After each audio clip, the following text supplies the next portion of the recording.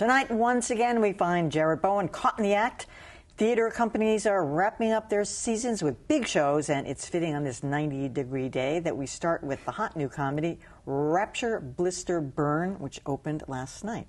Yeah, this is a show by the Huntington Theater Company. It's actually so popular already that they've just extended it to June 30th.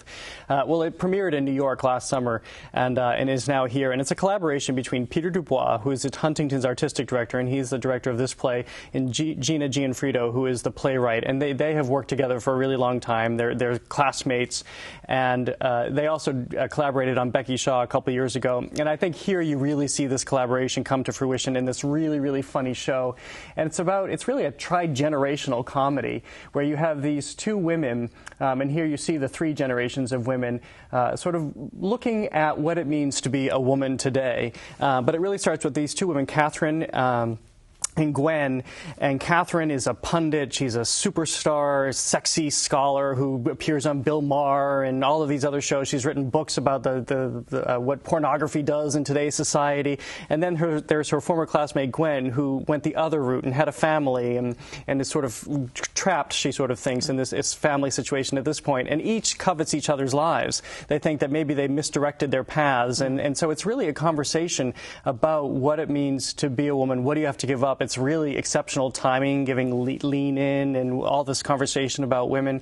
But it brings in a 21-year-old with her perspective, and it also brings in the mother, as we just saw in those stills, who has her perspective going through the ERA and really considering generations of what it means to be a woman. It's a hard thing to talk about, but this is such a funny comedy. It is so sharp, great lines, and very, very well written. I mean, Gina Gianfrido has really considered this, and she wrote this as a 40-year-old woman wanting desperately to have a baby before time runs out. Wow. All right, and what else you got? Town, On the Town? On the Town, which of course is the classic musical. It's playing at the Lyric Stage Company. They've extended one more performance through, I believe, this weekend. And of course, it's a classic comedy. Three guys on leave from the Navy in 1944. Each of them tries to find a woman. This is the one gentleman who teams up with Hildy, an aggressive cab driver.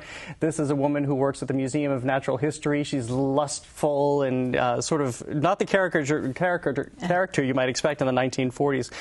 But it's a classic musical. It's Green and Comden lyrics. It's Jerome Robbins doing the choreography, Leonard Bernstein doing the composing.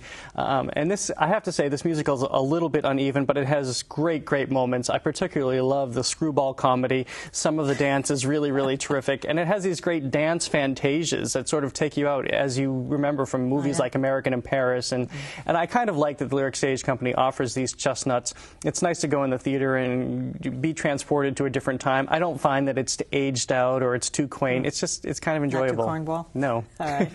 And then Pirates of Penzance. Yes, this is at the American Repertory Theater. This is closing their season. It's done by the Hypocrites, which is a Chicago company.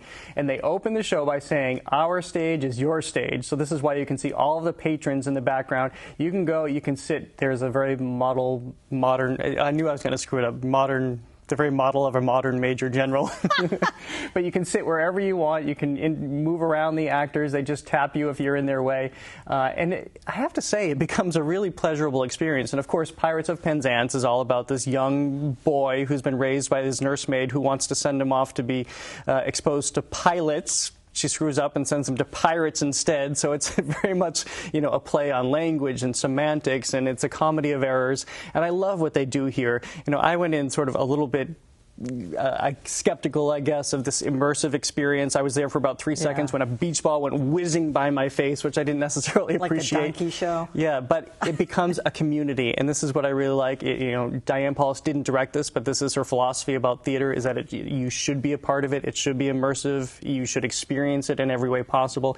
And you do it here, and I think you leave 80 minutes later. It's 80 minutes with a 1-minute intermission. Oh, I like that. Having really experienced a really fun night. They're very talented. My only criticism here is that it's often difficult to hear the actors, and maybe it's because of the staging. But it's a very, very talented group of people. And air-conditioned. And a fun night and very air-conditioned. And by the way, the Tonys are next weekend, right? Diane Pauls is... Well, it's a great story. The ART is up for numerous nominations for its Pippin, and the Huntington Theatre Company, who we just talked about, is receiving the very prestigious Regional Theatre Award. That's right. There's only one company selected each year, and it's out of here. So this is a great time to be experiencing theatre in Boston. All right, Jared Bowen, thanks for that. All right, that is it for Greater Boston. Tomorrow on Beat the Press, the Boston Herald drives the EBT abuse story to everyone's front pages. Attorney General Eric Holder offers an olive branch to the media, but some say no thanks. And newspapers turning to video as one newspaper lays off its still photographers. That's all tomorrow. I'm Emily Rooney. Thanks for watching.